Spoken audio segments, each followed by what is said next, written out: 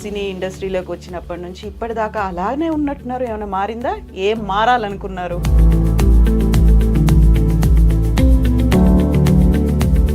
ఆడపిల్ల అనే చోట ఎక్కడైనా సరే ఆడది అన్న చోట ఇది వర్తించాలి. కానీ మీ కళ్ళల్లో ఏంటి ఒక రకమైన చెమ్మ కనిపిస్తుంది నాకు.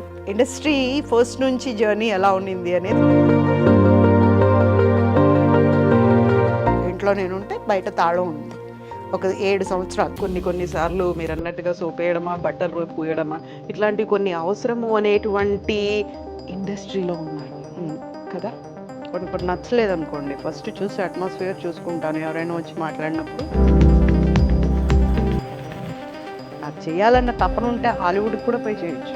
సో ఇప్పుడు మీరు సినీ ఇండస్ట్రీకి రావాలనుకున్నారు, అదే కంప్లీట్ జీవితం, అదే ప్రాణం అనుకున్నారు, that is everything for you అనుకున్నారు. ఆ టైంలో ఇలా అప్స్ అండ్ డౌన్స్ ఉంటాయి. ఎప్పుడైనా ఒక ఆలోచన వచ్చిందా, లేదు ఇదే పొజిషన్లో ఉండాలి అనే భావనతోనే వచ్చారు? నాన్నగారు డాక్టర్ కాబట్టి ఇండస్ట్రీలో అందరికీ పరిచయం అనమాట చెన్నైలో.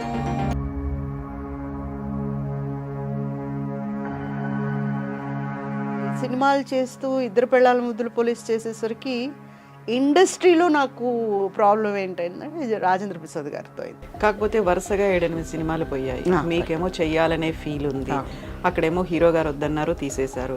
వాట్ అబౌట్ డైరెక్టర్, ప్రొడ్యూసర్, మిగతా వాళ్ళది అక్కడ పిఏపి ప్రొడక్షన్స్ అండి, ఓల్డ్ ప్రొడక్షన్స్. అలాంటి పిఏపిలో నన్ను హీరోయిన్గా తీసుకున్న తర్వాత ప్రతి చోట పూజిత వెళ్ళింది, లేకపోతే పూజితకు అక్కడ ఆఫర్ ఇవ్వాలి అనుకున్నప్పుడు వచ్చేటువంటి ఆన్సర్స్ ఎలా ఉండేది, క్వశ్చన్స్ ఎలా ఉండేవి? అసలు ఆ మూమెంట్లో నాకు మంచి పేరు వచ్చింది ఆర్టిస్ట్. అందరికీ తెలిసింది ఏంటంటే నాకు బాగా పొగరని. పర్సనల్ లైఫ్లో కూడా మీరు అలాంటి డెసిషనే తీసుకున్నారా? పర్సనల్ లైఫ్లో కూడా అవునండి, అలాగే చేశాను. కమిట్మెంట్ ముందు ఇలా కాదు, ఇంకా ఏముంది అనేంత డీప్గా వెళ్ళుంటే సరిపోయేది. నమస్తే, welcome to I dream celeb chat with Kavitha. ఈరోజు మనతో పాటుగా ఒక వెరీ స్పెషల్ గెస్ట్ ఉన్నారు. సినిమాలు అనగానే తెలుగు అమ్మాయిలకి వాళ్ళ పేరెంట్స్కి మాత్రం ఒక చిన్న భయం ఉంటుంది. అమ్మాయిలు ఎంత వెళ్దామని చెప్పినా వారిస్తూనే ఉంటారు. బట్ మనతో పాటుగా ఒక తెలుగు అమ్మాయి ఉన్నారు, తన హీరోయిన్గా ట్రై చేశారు, సినిమాల్లో బోల్డ్ రోల్స్ వేశారు, సౌత్ ఇండియన్ లాంగ్వేజ్ అన్నిట్లలోనూ పనిచేసి ప్రస్తుతం సీరియల్స్ చేస్తున్నారు. ఓపెన్గా మాట్లాడతారు, ఏదైనా డైరెక్ట్గా మాట్లాడడమే తన తత్వం. మనతో పాటుగా ఉన్నారు పూజిత జొన్నలగడ్డ గారు. పూజిత గారు నమస్తే, ఎలా ఉన్నారు మీరు? నేను బాగున్నాను, మీరు ఎలా ఉన్నారు? ఐఎమ్ గుడ్ అండి, నేను చాలా బాగున్నాను. So right from the beginning మీరు సినీ ఇండస్ట్రీలోకి వచ్చినప్పటి నుంచి ఇప్పటిదాకా అలానే ఉన్నట్టున్నారు. ఏమైనా మారిందా? ఏం మారాలనుకున్నారు? ఏం మారలేదు. ఏది ఏం మారలేదు. కొంచెం లైఫ్లో అలా వెళ్ళి ఇలా వచ్చాను. బట్ ఐఎమ్ కాన్స్టాంట్లీ అది వెళ్ళింది ఇలా జరిగింది అనే దాని గురించి ఏమీ రిగ్రెట్స్ లేవు. యూజువల్గా ఇలా ఇలా ఇలా ఇలా ఉంటేనే లైఫ్ కదా. ఒక ఇది చూస్తుంటాం కదా, లైఫ్ లైన్ అనగానే ఇలా ఇలా ఉంటుంది అంటే up and down, up and down, up and down, study, అదే లైఫ్ కదా. అంతే కదా మరి. అంటే బెదిరిపోయామంటే బెదిరిస్తూనే ఉంటారు, పారిపోయామంటే పరిగెట్టిస్తూనే ఉంటారు. సో యూటర్న్ తీసుకొని మనం పరిగెట్టడం మొదలెడితే వాళ్ళు పరిగెడతారు. ఈ మీరు చెప్పినటువంటి సిద్ధాంతం అందరికీ అన్ని చోట్ల వర్తిస్తుంది కదా. వర్తించాలి. ఆడపిల్ల అనే చోట ఎక్కడైనా సరే ఆడది అన్న చోట ఇది వర్తించాలి. యూటర్న్ తీసుకోవాలి, ప్రతి ఆడది తీసుకోవాలి. ఎంతసేపు కూర్చొని ఏడుస్తారండి? వంటింట్లో ఏడవటం, లేదా ముసుగు పెట్టుకొని ఏడవటం, లేదా పక్కకు పోయి ఏడవటం, లేదంటే చచ్చిపోవటం. ఎవరి కోసం చచ్చిపోతారు? మనకు ఫస్ట్ బర్త్ సర్టిఫికేట్ దేవుడు ఇచ్చినప్పుడు, మనల్ని పంపించినప్పుడు భూమి మీదకి, బర్త్ సర్టిఫికేట్ ఫస్ట్ ఇలాగే చూసుకుంటాం. ఎందుకంటే పుట్టాం కాబట్టి పండగలు చేసుకుంటారు. బట్ దాంతోపాటే వీసా కూడా ఇచ్చుంటాడు ఆయన. వెనక్కి తిరిగేస్తే పోయే కాలం కూడా ఎప్పుడో రాసి ఉంటుంది అక్కడ. ఎక్స్పైరీ డేట్ ఎప్పుడు ఉంది అనేది ఉంటుంది. అది చూడరు, ఎందుకంటే అది బాధకు సంబంధించింది కాబట్టి. సో ఏదో ఒక రోజు పోవాల్సిందే. అంతవరకు ఎవరి కోసమో పోవాల్సిన అవసరం లేదండి. కష్టం వచ్చింది, ఆదుకునే వాళ్ళు లేరు, ఏం చేస్తే మనం నిలబడగలుగుతామో దాని గురించి ఆలోచించాలి, అంతే. సో పూజిత గారిలో ఒక తత్వం ఎప్పటి నుంచి డెవలప్ అయింది? ఇది ఎప్పుడు ఇంతే మొండిదాన్ని, అసలు భయం తెలీదు. అలాగే నేను ఇలా అన్నానంటే వాళ్ళు బాధపడతారని కూడా నేను నిజం చెప్తాను కాబట్టి బాధ కాసేపే ఉంటుంది. బట్ ఇంటికి వెళ్ళి ఒక 2 నిమిషాలు పక్కన కూర్చొని ఆలోచిస్తే ఇలా అనేస్తుంది ఏంటి మొహాన అనుకుంటే ఆ నిజం ఏంటి తెలుస్తుంది. బట్ నాకు సోప్ వేయటం ఐస్ వేయటం రాదు, డైరెక్ట్గా చెప్పేస్తాను ఏదైనా కానీ. కాకుంటే మనకు కొంచెం బెనిఫిట్ జరగాలి, మనం బాగుపడాలి అనుకున్నప్పుడు కొన్నిసార్లు మీరు అన్నట్టుగా సోప్ వేయడమా, బటర్ పూయడమా, ఇట్లాంటి కొన్ని అవసరము అనేటువంటి ఇండస్ట్రీలో ఉన్నారు మీరు కదా. కానీ నేను వేయను, వెళ్ళిపోతా, పక్కకి వెళ్ళిపోతా, అడగను అలాగా. కొన్ని నచ్చలేదు అనుకోండి, ఫస్ట్ చూసి అట్మాస్ఫియర్ చూసుకుంటాను. ఎవరైనా వచ్చి మాట్లాడినప్పుడు ఏంటి పరిస్థితి అని అడుగుతాను. అమ్మా కొంచెం కష్టమేనమ్మా అంటే మంచిది, వేరే వాళ్ళని వెతికి పెట్టుకోండి అని చెప్పి వెళ్ళిపోతాను. బట్ మళ్ళీ అడగటం, వెనక్కి తిరిగి చూడటం ఉండవు. వేరే ఎక్కడో రాసి ఉంటుందండి మన కోసం. నేను కావాలనుకునే వాళ్ళు తప్పకుండా ఉండే ఉంటారు, పిలుస్తారు నన్ను. కొంచెం లేట్ కావచ్చు, బట్ నాకు చేయాలన్న తపన ఉంటే హాలీవుడ్కి కూడా పోయి చేయొచ్చు. నేను ఆ తపన ఉండాలి. చాలాసార్లు నేను పడిపోయాను. వివేకానంద గారు చెప్పినట్టు కెరటం పడిపోతుంది, మళ్ళీ లేస్తుంది. అలాగే మనిషి కూడా పడిపోతే లేవటానికే ట్రై చేయాలి ఎప్పుడు కూడా, అక్కడే ఉండిపోకూడదు. అది కాదు మన ఎండ్, ఎక్కడో ఉంది మన ఎండ్. అప్పటిదాకా లేస్తూనే ఉండాలి, లేవాలి, పోరాడాలి, జయించాలి, అప్పుడు నవ్వాలి. యా, కానీ మీ కళ్ళల్లో ఏంటి ఒక రకమైన చెమ్మ కనిపిస్తుంది నాకు. ఎందుకు అంటే చాలా కాలం తర్వాత, అంటే ఈ మధ్య ఎవరికి ఇంటర్వ్యూస్ ఇవ్వట్లేదు. మామూలుగా నాకు ఏడ్చే అలవాట్లేదు. నానున్నప్పుడు మాత్రం ఎక్కడెక్కడంత అన్ని షూటింగ్స్కి వెళ్ళిపోయి వచ్చిన తర్వాత నాన్నెప్పుడు నా దగ్గరే ఉండేవారు. సో తనకు వచ్చి చెప్పి చెప్పి చెప్పి అప్పుడు ఏమన్నా ఎవరైనా నన్ను ఇబ్బంది పెట్టుంటేనో, లేకపోతే గట్టిగా కసురుంటేనో అక్కడేమనను, ఇంటికి వచ్చి మా నాన్న దగ్గర ఏడ్చేదాన్ని. ఒక్క మా నాన్న దగ్గర మాత్రం ఏడ్చేదాన్ని. అప్పుడు మాత్రమే నేను ఆడపిల్లని, మిగతా అంతా మగరాయిడే. ఎక్కడికైనా ఒంటరిగా వెళ్ళటమే, భయపడేదంటూ ఏం లేదు. 2 ఇచ్చి వచ్చేదాన్ని ఏదైనా తేడా ఉంటే. సో దానికి కూడా భయపడేదాన్ని కాదు. సో గుర్తొచ్చింది ఒకసారి. ఏం గుర్తొచ్చింది? నేను అదే అడగబోతున్నా, ఇప్పుడు ఏం గుర్తొచ్చింది? ఇండస్ట్రీ ఫస్ట్ నుంచి జర్నీ ఎలా ఉన్నింది అనేది గుర్తొచ్చింది చప్పున. ఇలా అంతా ఫేస్ చేసి వచ్చాము కదా. అంటే ఒక మూమెంట్లో నేను అనుకుంది ఎక్కడో ఉంటానని, ఎక్కడో ఉండాల్సిన ఇది లేకుండా ఎక్కడో ఉన్నాను వేరే దాంట్లో, ఎక్కడో ఉంటాను కదా అనుకున్నాను. కానీ మనం అనుకున్నవన్నీ అనుకున్నట్టు జరిగేలాగా రాయుడుగా దేవుడు అనేవాడు, మన రాత ఒకలాగా రాసి ఉంటాడు. సో ప్రతి మనిషి తప్పు చేస్తారు, నేను కూడా అలాగే తప్పు చేశానేమో. వైవాహికం అనే దీంట్లో పెళ్లి విషయంలో నేను తప్పు చేశానేమో, దానివల్ల నేను చెల్లించుకోవాల్సి వచ్చింది. నేను ఏదైతే ఇష్టం అనుకున్నానో దాన్ని కొన్ని సంవత్సరాలు దానికి దూరంగా వెళ్ళిపోయి, దాన్ని ఎంత ఇష్టం అంటే నా ప్రాణం కంటే ఎక్కువ నాకు సినిమా అంటే. మా ఇంటికి వస్తే మీరు మా ఇంట్లో వస్తువుల కంటే ఎక్కువ నా మేకప్ మెటీరియలే చూస్తారు. ఎక్కడేం కనిపించినా ఆగను, వణికిపోతాను అసలు అది కొనకపోతే. అలా ఉంటాను అనమాట. అలా అంత ఇష్టం నాకు. అలాంటిది నేను కొన్ని సంవత్సరాలు నా పేరే లేదు ఇండస్ట్రీలో. ఒక ఇంట్లో తాళం పెట్టున్నాను నేను. ఇంట్లో నేను ఉంటే బయట తాళం ఉంది ఒక 7 సంవత్సరాలు. ఎందుకలా? చెప్తున్నాను కదా, స్వయంకృత అపరాధం అంటారు. పెళ్ళి అనేది స్వయంకృత అపరాధం. నా విషయంలో, అందరినీ అనట్లేదు నేను, ఎవరిని అంటే అందరికీ అలాంటి రాతలు రాసుండడు దేవుడు, నాకు రాశాడు. దేవుడే రాశాడు, నేనే రాసుకున్నాను. మొత్తానికైతే అనుభవించాం. అలా జరగాలని ఉందేమో. అంతేగా, జీవితం అంటే అదే. ప్రతి మనిషికి ఒక రాత రాసుంటాడు. ఇప్పుడు నేను ఉన్నాను, నాకు ఇలా అనుభవించాలి అని. ఇంకొకరికి వాళ్ళు టాప్కి వెళ్ళిపోవాలి అని ఉంటారు, వెళ్ళిపోతారు. ఒక్కొక్కరికి ఒక్కొక్కటి, కానీ ఖచ్చితంగా ఏదో ఒకటి అయితే రాసుంటారు. సో ఇప్పుడు మీరు సినీ ఇండస్ట్రీకి రావాలనుకున్నారు, అదే కంప్లీట్ జీవితం, అదే ప్రాణం అనుకున్నారు, that is everything for you అనుకున్నారు. ఆ టైంలో ఇలా అప్స్ అండ్ డౌన్స్ ఉంటాయి. ఎప్పుడైనా ఒక ఆలోచన వచ్చిందా, లేదు నేను ఇదే పొజిషన్లో ఉండాలి అనే భావనతోనే వచ్చారా మీరు? నేను అలాగే ఉండాలనుకున్నాను, నేను అలాగే ఉన్నాను మా నాన్నగారు ఉన్నంత వరకు. ఇండస్ట్రీలో నేను ఇలాగే ఉండాలనుకున్నాను, నన్ను అలాగే ఉంచారు కూడా. నాన్నగారు డాక్టర్ కాబట్టి ఇండస్ట్రీలో అందరికీ పరిచయం అనమాట చెన్నైలోనే. సో అందరూ డాక్టర్ గారు అమ్మాయి అని ఒక చిన్న పిల్లలాగా చూసేవాళ్ళు చక్కగా. అండ్ ఏదైనా అవకాశం అంటే ఫస్ట్ నాన్నగారికి ఫోన్ చేసి చెప్పేవాళ్ళు, పాపను అక్కడికి పంపించండి లేదా తీసుకుని వెళ్ళండి, మీరు పలానా చోట అవకాశం ఉంది, బాప పేరు చెప్పాము అని చెప్పేవాళ్ళు. సో అక్కడికి వెళ్తే కన్ఫర్మే, ఏది ఫెయిల్ అవ్వాల. ఇంకొకటి, సినిమాలు చేస్తూ 2 పెళ్ళాల ముద్దులు పోలీస్ చేసేసరికి ఇండస్ట్రీలో నాకు ప్రాబ్లం ఏంటంటే రాజేంద్ర ప్రసాద్ గారితో అయింది. ఆయనకు నేను నచ్చలా, నా స్ట్రైట్ ఫార్వర్డ్నెస్ నచ్చలా. సో ఒక్కసారిగా మా సినిమా హిట్ అయ్యేసరికి బోల్డ్ సినిమాలు వచ్చినాయి ఆయన పక్కనే. టపా టపా టపా పీక్ అవతల పడేశారు. వద్దు అని. అన్నిట్లలోంచి వద్దన్నా సార్. ఎందుకు నచ్చలేదు? స్ట్రైట్ ఫార్వర్డ్గా ఉంటే. అదే మీరు అన్నారు కదా ఇందాక నన్ను తానా అనాలి, ఐస్ పెట్టాలి, తందానా అనాలి, ఇవన్నీ ఉంటాయి కదా అని. అలాంటివి మనం చేయనప్పుడు ఏమవుతుంది అంటే వాళ్ళ ఈగో గెలుస్తుంది. నేను ఈగో అని అనను కానీ సెల్ఫ్ కాన్ఫిడెన్స్ నేను పోగొట్టుకోవడానికి ఇష్టపడను. నేను నాలాగే ఉండాలనుకున్నాను, నాలాగే ఉన్నాను. అక్కడే చెప్పాను, ఆ రోజే చెప్పాను నేను, నాకు చేయాలనే తపన ఉండాలి కానీ నేను హాలీవుడ్లో అయినా చేస్తా. 2-3 సినిమాలు పోయినంత మాత్రాన నేను ఇండస్ట్రీ వదిలేసి వెళ్ళను. మా నాన్నగారు అదే అన్నారు, ఇప్పుడు కూడా నువ్వు చేస్తావా అమ్మా అని. ఇప్పుడు కూడా చేస్తాను.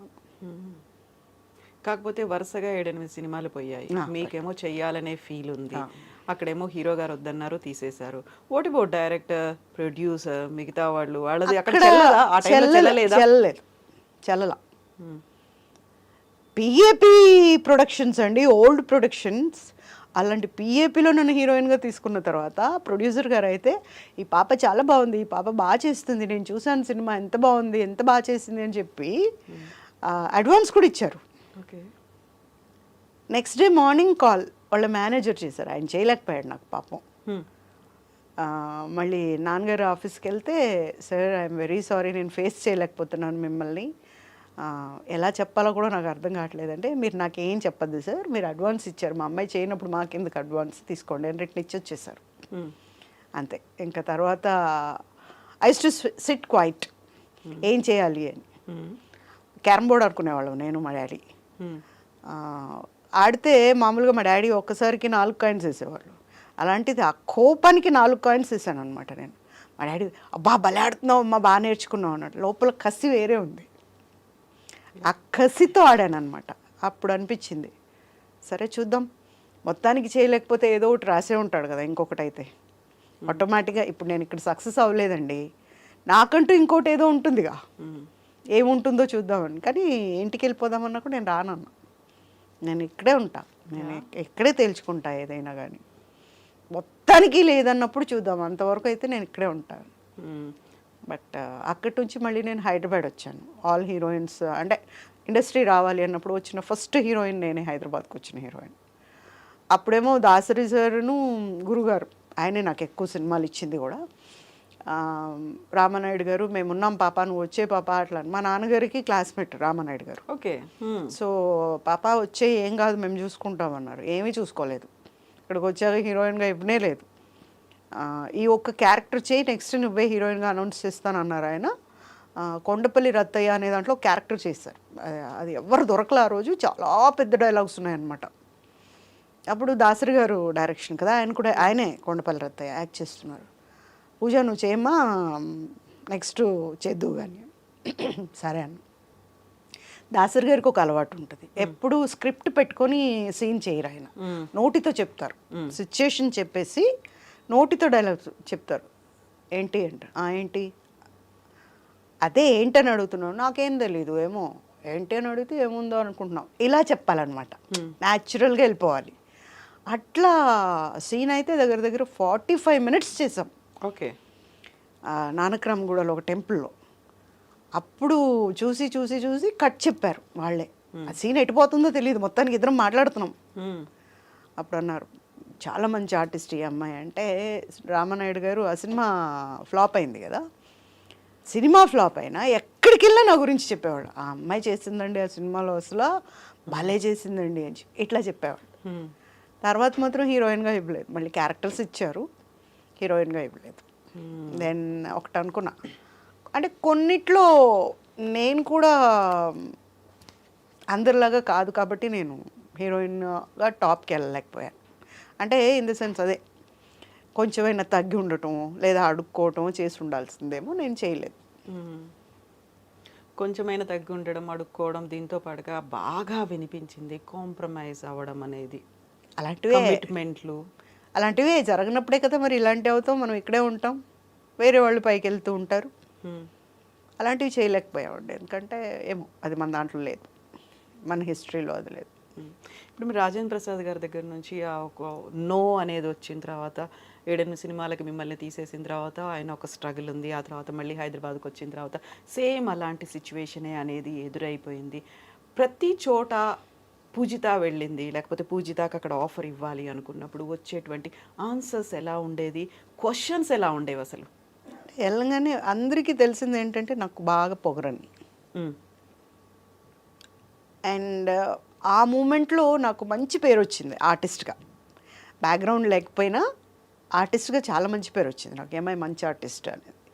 సో ఆ దీంట్లో కొంతమంది నన్ను అడగలేదు, కొంతమంది ఈ అమ్మాయిని పెట్టుకోవడం అవసరం అంటారా అనుకున్నారు.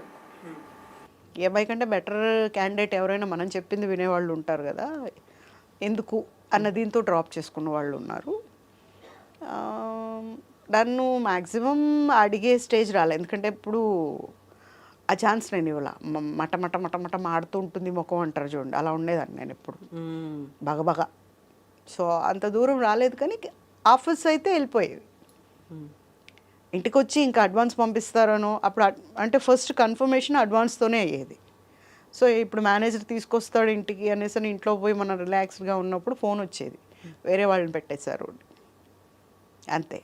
అలా బెడ్ మీద దొలుతుందని హాయిగా నిద్రపోయేదాన్ని, ఇంకా టెన్షన్ లేదు, వస్తుందా రాదా అన్న ఆలోచన లేదు, హ్యాపీగా పడుకొని లేసేది అంతే. మేనేజర్ దగ్గర నుంచి ఏం చెప్పేవాళ్ళు అసలు? యాక్చువల్గా ఇలాంటివి ఏమైనా ఉంటే ఎలా కన్విన్స్ చేయాలి?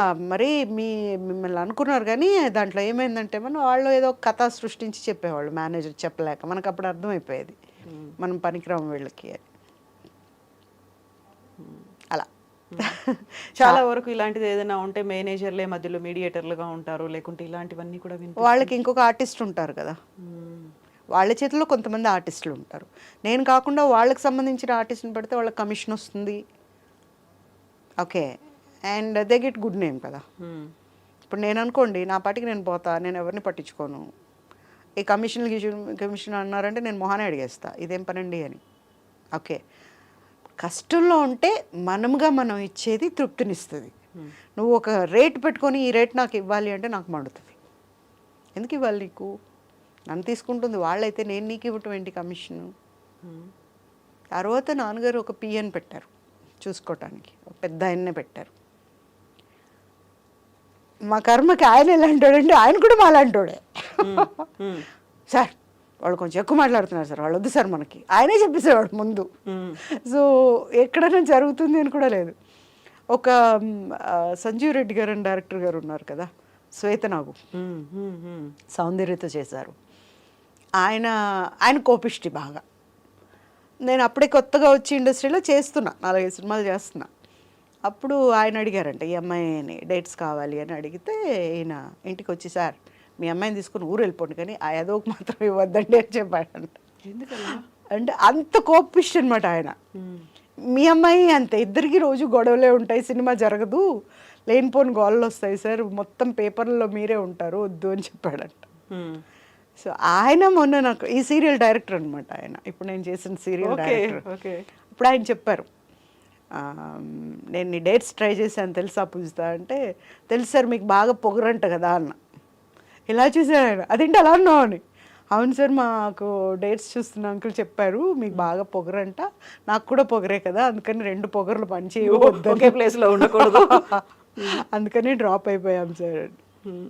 నాకు తెలుసమ్మా నీ గురించి, నువ్వు యాక్ట్ చేస్తున్న సినిమా ప్రొడ్యూసర్ నా ఫ్రెండ్, నేను రోజు వచ్చేవాడిని, అందరూ నీ గురించి బాగా చెప్పేవాళ్ళు, బాగా కోపం ఎక్కువ కానీ భలే ఆర్టిస్ట్ ఈ అమ్మాయి అని చెప్పేవాళ్ళు, నేను వినేసి వెళ్ళిపోయేవాడిని, ఇప్పుడు నేనే చేస్తున్నాను నీతో, ఐఎమ్ వెరీ హ్యాపీ అని.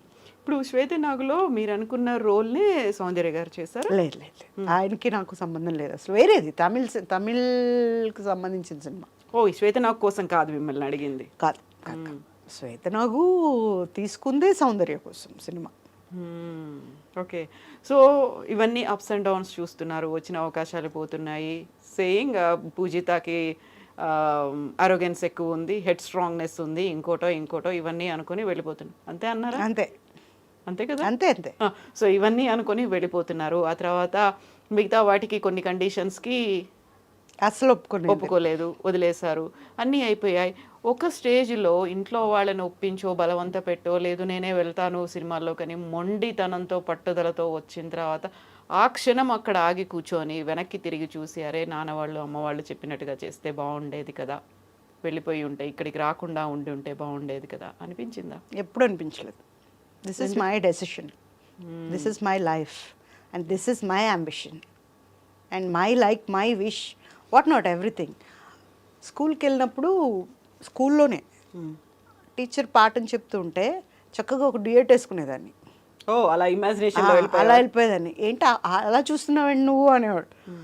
అక్కడ సాంగ్ వేసుకున్నానండి, నేను సాంగ్ చేస్తున్నాను, అదిగో నిన్న రాత్రి ఆ సినిమా చూసాను, ఆ సినిమాలో సాంగ్ నేను వేసుకుని నేను చేస్తే ఎలా ఉంటుందో అని చూస్తున్నాను. ఇంటికి ఫోన్ చేసి చెప్పేవాళ్ళు, ముందు వచ్చి మీ అమ్మాయిని తీసుకెళ్ళండి, అందరూ ఈ అమ్మాయి చెడిపోవటం కాదు కానీ అందరిని చెడగొట్టేలాగా ఉంది, సాంగ్ వేసుకోవటం ఏంటండి, పక్కన చూస్తుంది తలెత్తి పైకి ఇక్కడ పాఠం చెప్తూ ఉంటే. సో అంత ఇష్టంగా వచ్చిన నేను కష్టమైనా నష్టమైనా నాదే అని చెప్పా. అమ్మ నాన్న ఒకరోజు ఫస్ట్ ఇండస్ట్రీకి వచ్చే ముందు కూర్చోబెట్టి మాట్లాడితే కొన్ని చేయకూడదు అని ఒట్టు పెట్టించుకున్నారు. ఒట్టు పెట్టాను. ఏంటవి?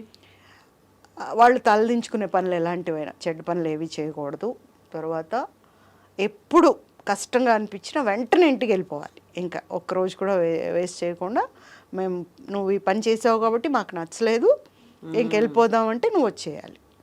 అసలు ఓకే. ఎప్పుడు వాళ్ళు తలదించుకునే పని నేను చేయలేదు. తర్వాత ఎందుకు నాకు రాలేదు అని బాధపడినట్టు కూడా నేను ఎప్పుడూ లేను. ఒకటి పోతే కూడా ఆ రోజు బీచ్కి వెళ్దాం పద డాడీ అనేదాన్ని మా నాన్నగారిని.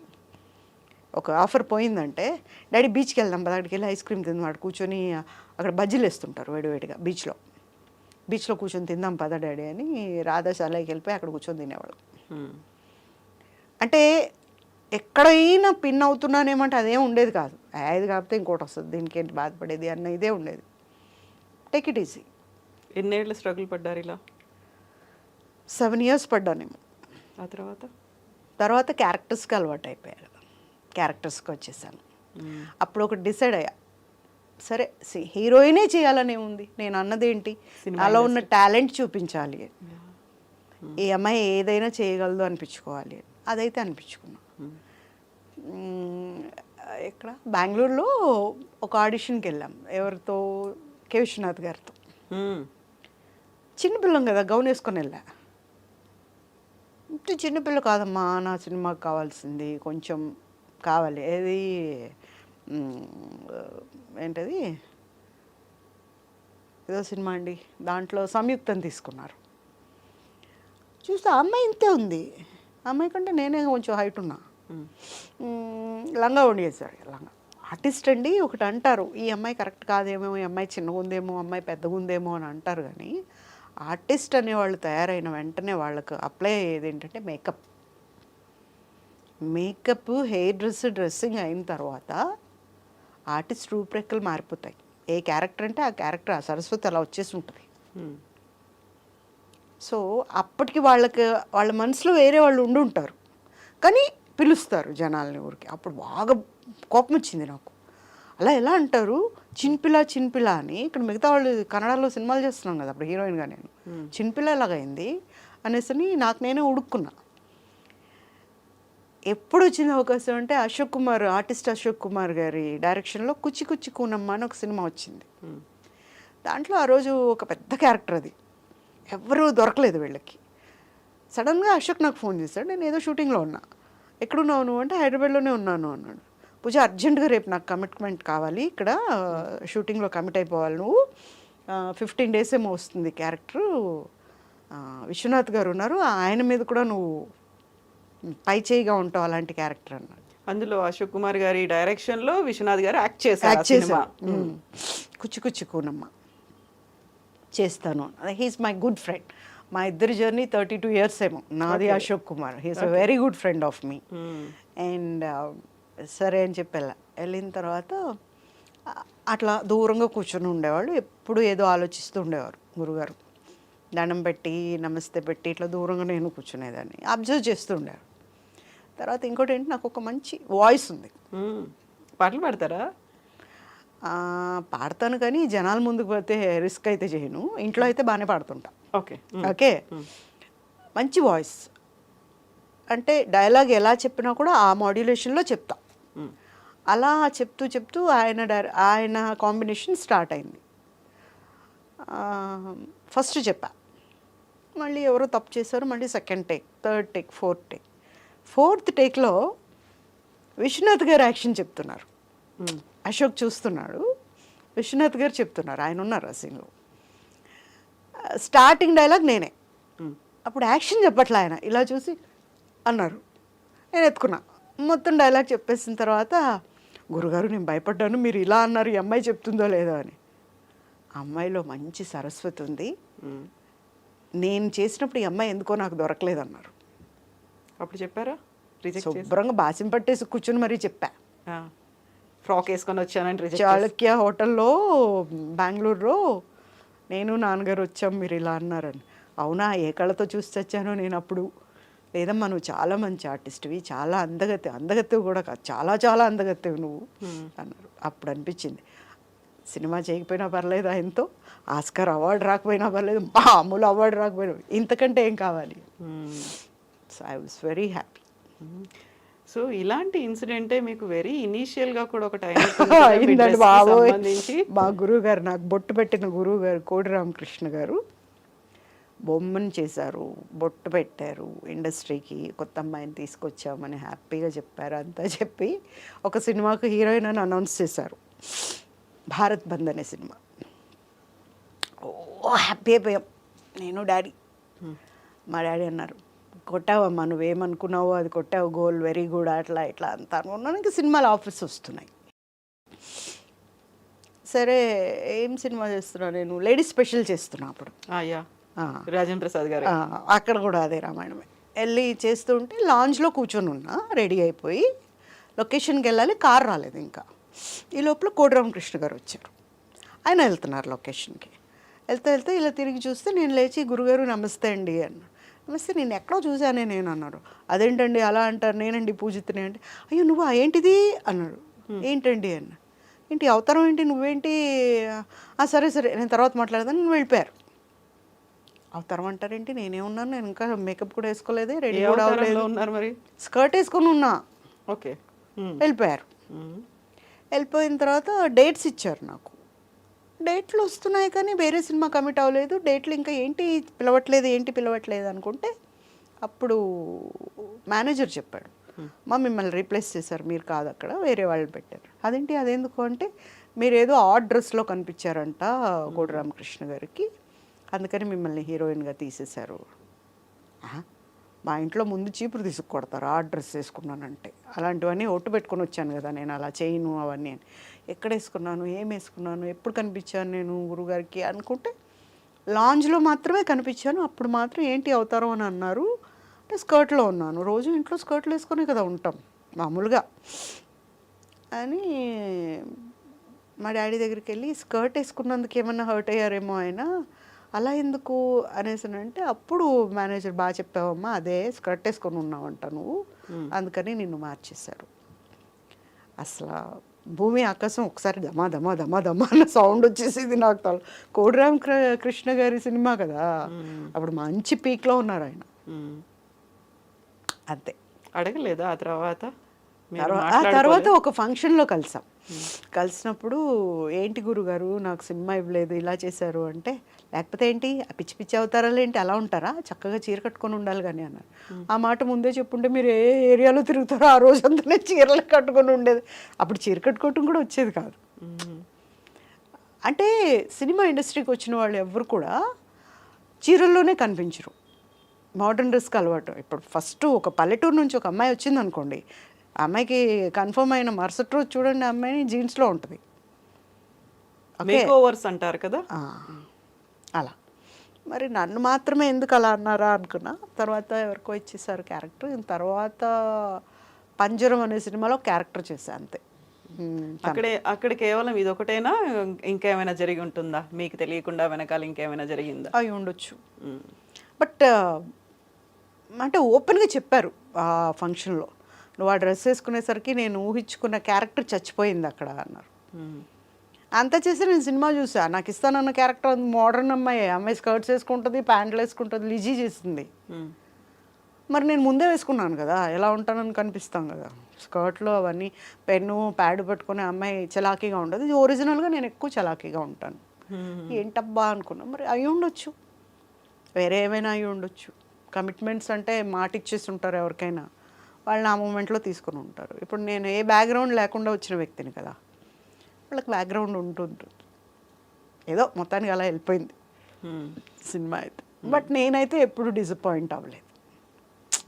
ఏది వచ్చినా, ఏది రాకపోయినా, ఏది పోయినా, ఎవరు వచ్చినా, ఎవరు వెళ్ళినా నేను మాత్రం డిసప్పాయింట్ అవ్వలేదు ఏ విషయంలో కూడా. సో ఇలాంటి అప్స్ అండ్ డౌన్స్ మీరు అనుకున్నటువంటి, మీరు ఎంచుకున్నటువంటి రంగంలో, మీకు కావాలనుకున్న రంగంలో ఇన్ని ఉన్నప్పుడు పర్సనల్ లైఫ్లో కూడా మీరు అలాంటి డెసిషనే తీసుకున్నారా? పర్సనల్ లైఫ్లో కూడా అవునండి, అలాగే చేశాను నేను. ఇదే నాకు ఇదే కావాలి అని మొండి పట్టి మరీ చేసుకున్నాను. దాంతో ఒక నరకం చూశాను.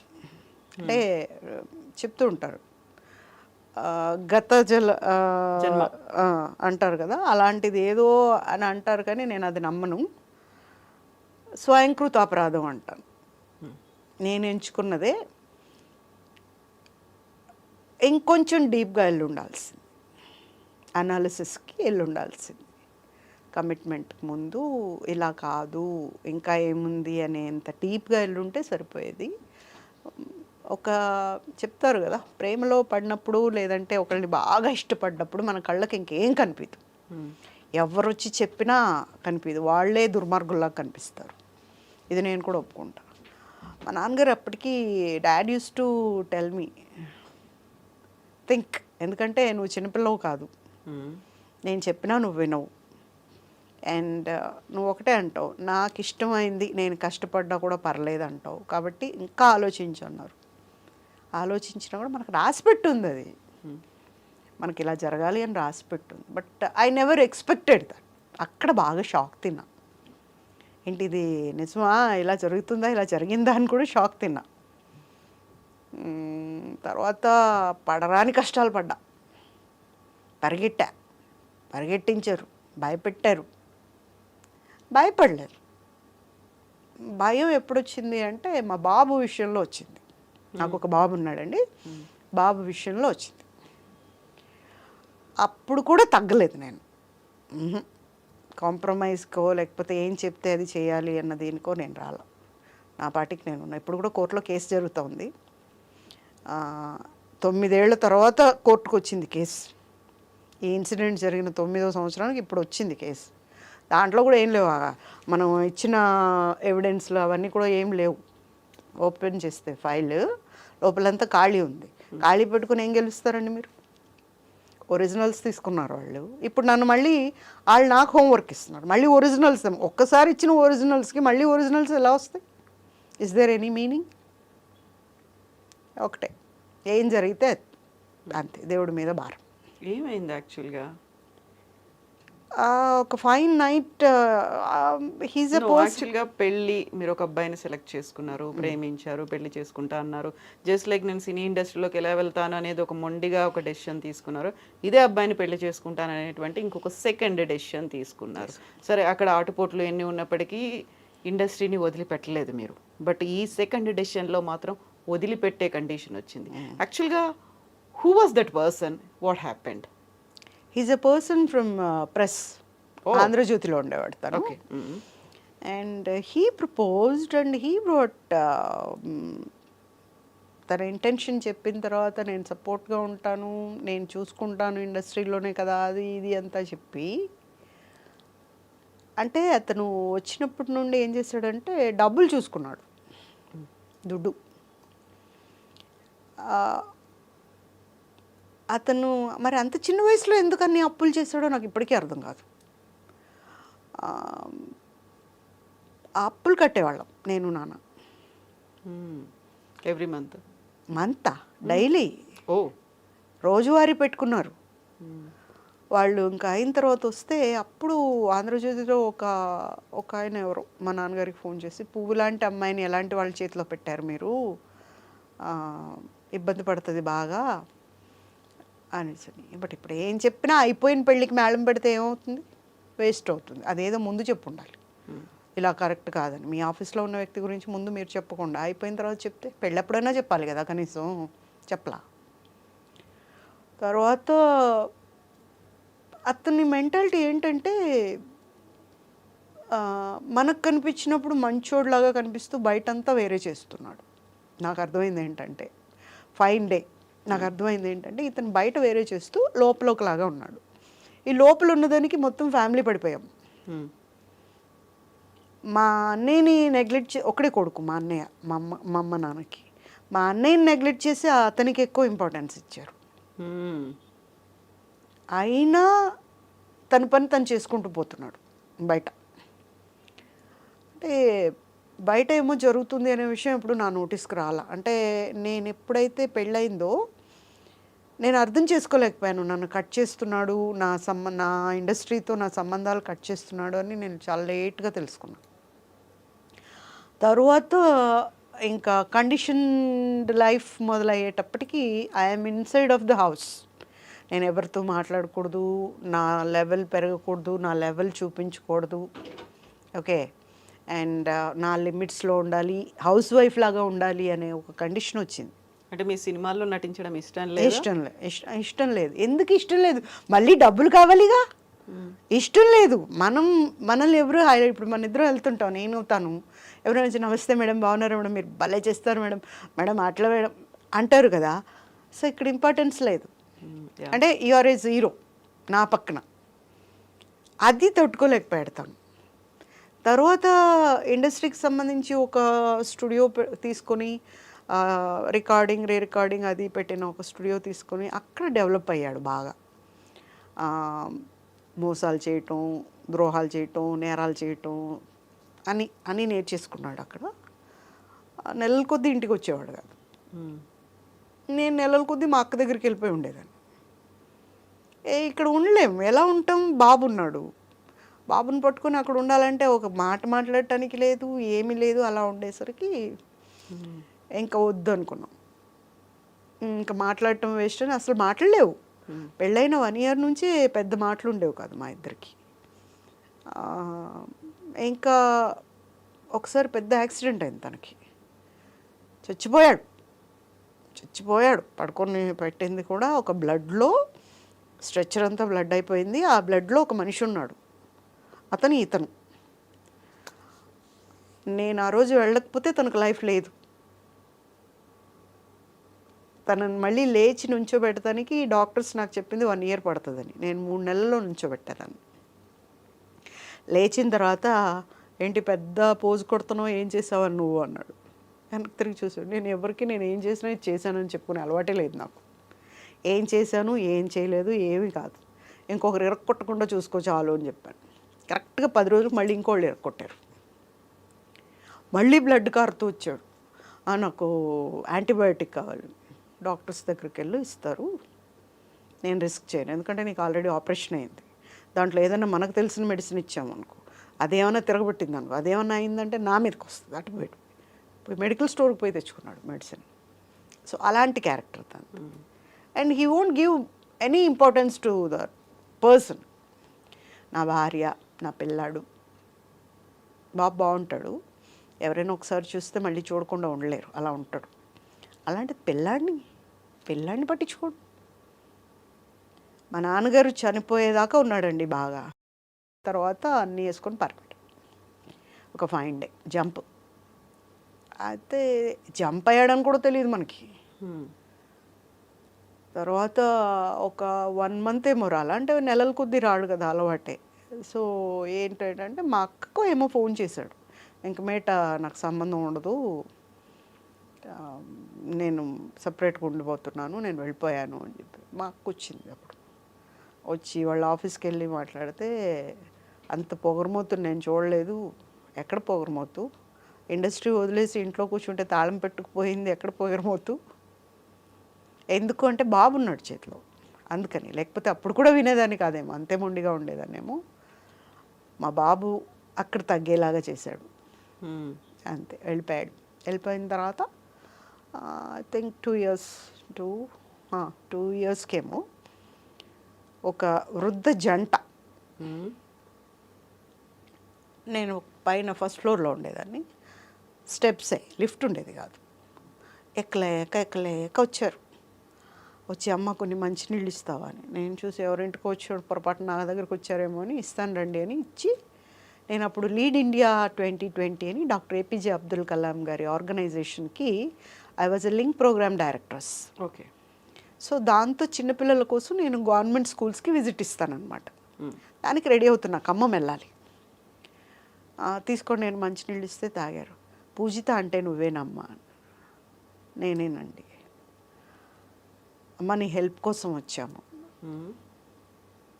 చెప్పండి మీకు మీ పాపలు ఎవరైనా చదువుతున్నారా స్కూల్స్లో, ఏదైనా తప్పు చేశారా, నేను చూసుకుంటాను చెప్పండి అంటే, తప్పు చేస్తుందమ్మా నా కూతురు, ఒకరిని పెళ్లి చేసుకుంటోంది, తప్పే, నువ్వు తప్ప ఇంకెవరు కాపాడలేరు. అవునా, ఏ స్కూల్ అండి? నేనంత స్కూల్ పిచ్చిలో ఉన్నాను కదా అప్పుడు. ఏ స్కూల్ అండి, ఏ ఏరియా?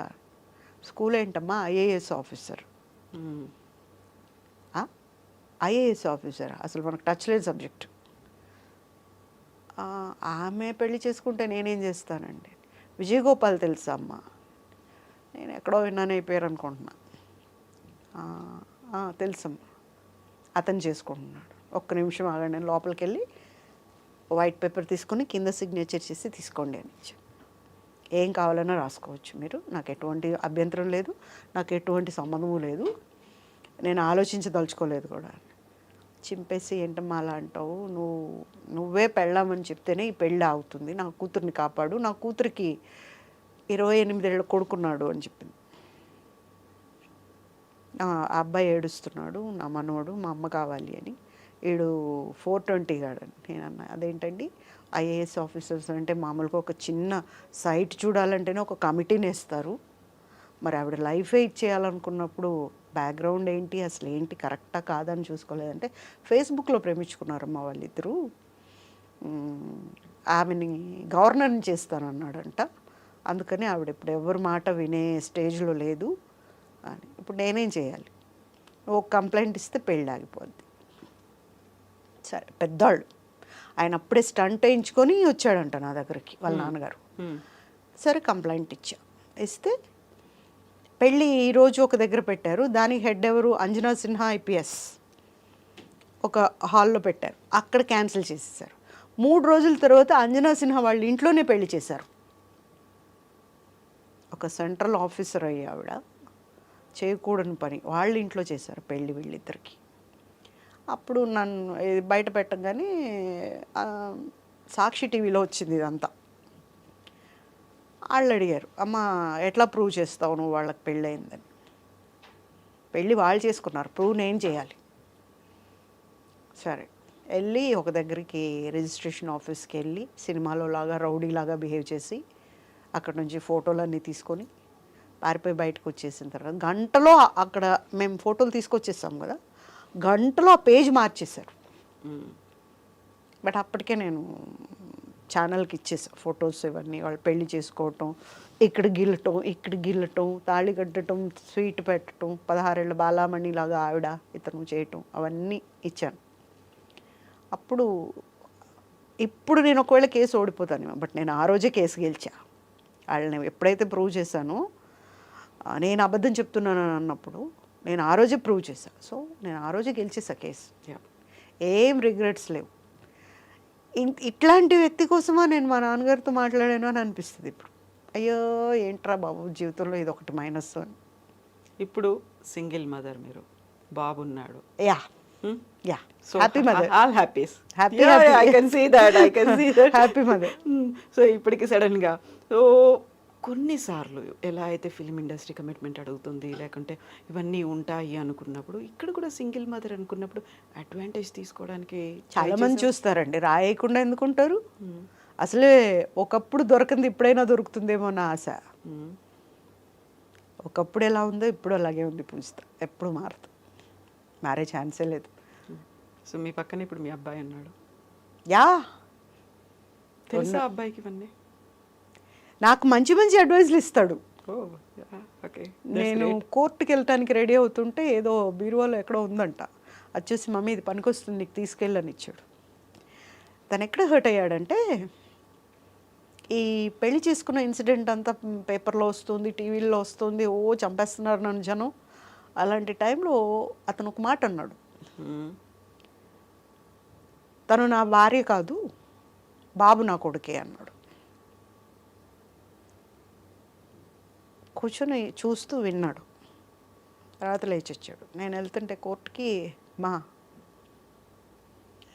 గెలిచినా గెలవకపోయినా నాకు అమ్మ ఒక్కతే ఉంది.